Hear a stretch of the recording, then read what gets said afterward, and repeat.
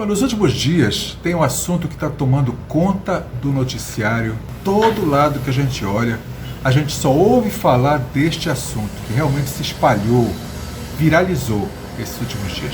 Eu estou falando de um rapaz chamado Felipe, mais conhecido como Felca.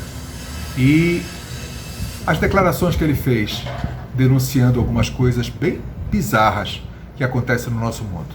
Vamos pensar um pouquinho sobre isso?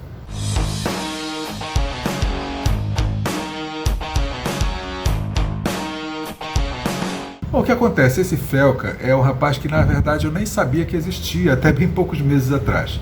Eu soube da existência dele porque a minha filha, ela gosta de um canal de uma moça que, por sinal, é xará dela, Thaís, e que todo mundo diz que se parece muito com ele. Ela fez vídeos assim engraçadinhos, mostrando que ela realmente é parecida com ele. E aí eu fiquei sabendo que existia um ser nesse mundo que tinha um canal chamado Felca. Eu não sabia que existia. Mas por causa disso eu acabei vendo algumas coisas que ele posta, tem algumas coisas bem interessantes. Tem alguns assuntos, algumas reportagens, algumas postagens que ele faz que realmente interessantes.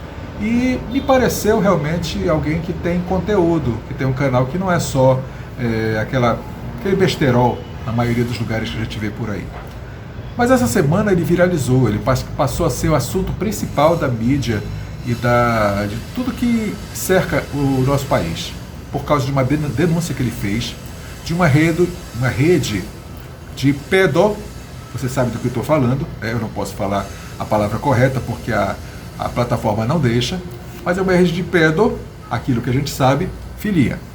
E não só disso, mas também de exposição de crianças e adolescentes de forma inadequada, principalmente sexualizando e adultizando de forma muito precoce essas crianças e adolescentes.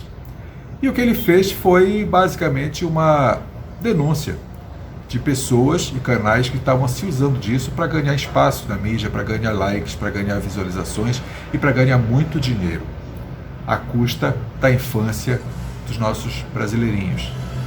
Isso daí realmente é uma coisa terrível. Ninguém quer ver isso. Eu não quero ver isso. Eu tenho uma filha de 9 anos de idade. Eu penso nisso. É lógico que eu não gostaria nunca de ver alguma coisa como essa acontecer envolvendo a minha filha. De jeito nenhum. Longe disso.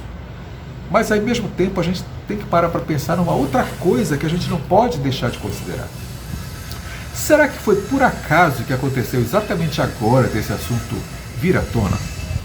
Exatamente quando a Câmara dos Deputados está votando coisas que a gente sabe que são tão importantes para o nosso país, como anistia para pessoas injustamente encarceradas há mais de ano, pessoas como uma babá, uma vendedora de produtos de beleza, uma cabeleireira, uma avó, uma pastora, um vendedor de picolé, um pipoqueiro, presos há mais de um ano com acusações totalmente inverídicas, falsas, sem fundamento algum. E existem projetos na Câmara para que haja o perdão para essas pessoas, a anistia para essas pessoas. Isso é uma coisa muito importante para o nosso país. Fora isso, também a questão do foro privilegiado, porque essas pessoas estão sendo julgadas na mais alta corte, no STF, Supremo Tribunal Federal, que é o local que só deveria estar julgando governadores, presidentes, senadores, pessoas que têm esse tipo de patente para ser julgados nessa corte. Essas pessoas, que são pessoas comuns como eu e você, deveriam estar na primeira instância, um juiz de primeira instância. Porque lá, se elas fossem condenadas, julgadas, elas poderiam recorrer à segunda instância, terceira instância e teriam chances ainda de alguma coisa. Mas quem está no STF não tem mais para onde correr. Lá já é a instância mais alta. Então, esse julgamento pela final do foro privilegiado vai mudar totalmente essas acusações dessas pessoas que estão lá presas. O próprio julgamento da anistia vai dar a chance que essas pessoas possam ter liberdade. Isso pode mudar totalmente a história recente do nosso país. Mas quando isso começa a finalmente entrar em pauta, quando isso finalmente vem à tona, aparece um assunto como esse que lacrou, que dominou toda a narrativa da imprensa e da mídia, e seja qual for que você falar, seja nas redes sociais, seja na mídia tradicional, seja onde for, é um assunto que está atualmente no alto dos comentários. Exatamente quando está sendo tratado isso que é tão importante na Câmara, no Senado, para tantas pessoas no Brasil. Será que isso é coincidência? Há mais de ano atrás, uma outra influenciadora, a Antônia Fontinelli, denunciou a mesma coisa. A mesma coisa, o mesmo assunto, envolvendo as mesmas pessoas. Sabe o que aconteceu com ela? Foi processada. Teve que tirar o vídeo dela do ar em 24 horas, sob risco de ser multada com valores altíssimos. Ou seja, sei lá se poderia até ter sido presa. E agora aparece o mesmo assunto, ele fica no ar, vira trend topic e nada foi feito contra o influenciador, contra o Felca. Por que será? Será que porque agora está atendendo aos interesses de pessoas poderosas, de desviar o assunto do que eles não querem que seja falado para outra coisa que todo mundo, logicamente que todo mundo defende isso. Logicamente que todo mundo se indigna contra esse tipo de atitude, contra esse tipo de existência desse tipo de realidade. Então, lógico que todo mundo vai falar, lógico que todo mundo vai se indignar. E aí, param de falar naquilo que a gente precisava estar falando agora. A gente tem que parar para pensar nisso. Eu não estou dizendo aqui, como algumas pessoas até já chegaram a sugerir alguns vídeos, que o Felca teria sido contratado, teria sido pago para fazer isso. Não sei. Pode ter sido? Pode. Foi? Não sei. Eu acho que foi? Sinceramente, eu pessoalmente até nem acho que tenha sido. Mas quem tem interesse de jogar a cortina de fumaça, desviar as atenções, aproveita de qualquer coisa que possa para poder fazer com que isso aconteça e que as atenções sejam desviadas daquilo que eles não querem que as pessoas olhem, que eu e você fiquemos olhando. Então, o Felca pode estar sendo no momento um instrumento útil na mão deles, mesmo sem querer, mesmo sem saber, pode. Ele pode ter sido contratado e ter feito isso propositalmente e realmente ter sido até pago, não sei, levado a fazer isso? Pode também. Mas isso é conjectura, nós não temos como provar. Mas uma coisa que é fato é que o assunto do momento desviou as atenções de outra coisa que era tão importante quanto. Por quê? Porque as pessoas importantes, pessoas influentes, pessoas poderosas não queriam que se falasse daquele outro assunto que ficou para trás agora. Então, é importante a gente proteger nossas crianças, claro que é. A senadora Damares tentou fazer isso com relação às crianças do Marajó e foi achincalhada, virou motivo de chacota e nunca foi levada a sério, nunca foi feito nada. As crianças do Marajó continuam passando pelo que sempre passaram até hoje, nada mudou. E por que agora essa indignação? Quando a Antônia Fontinelli fez a mesma denúncia, por que nada foi feito? E agora essa indignação? Sabe, gente, nosso canal, ele se direciona sempre para o lado espiritual da coisa, para a gente pensar no que Jesus está fazendo, no que Deus está fazendo, no que nosso planeta está passando por causa do momento espiritual que nós estamos passando, olhar o lado espiritual da coisa e realmente, não estou saindo do meu assunto não, porque isso é uma guerra espiritual. Existe todo um projeto das trevas, todo um projeto demoníaco por trás disso, tudo que está acontecendo. Isso não é por acaso, isso não é coincidência, isso não é qualquer coisa acontecendo para simplesmente desviar e distrair as pessoas, não.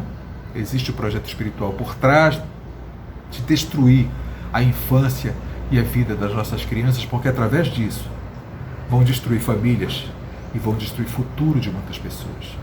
As crianças de hoje precisam de Deus, precisam estar numa vida com Deus, crescer conhecendo Deus, orando, fazendo devocionais, participando de grupos de jovens e EBF, se for o caso, participando de cultos caseiros, tendo pais que direcionem. Eu não estou falando aqui de religião, pode ser em qualquer vertente que você pensar, pode ser dentro do catolicismo, do qualquer ramo evangélico, qualquer ramo que seja a verdade, tá? Não estou falando genericamente, deixando de qualquer jeito, não.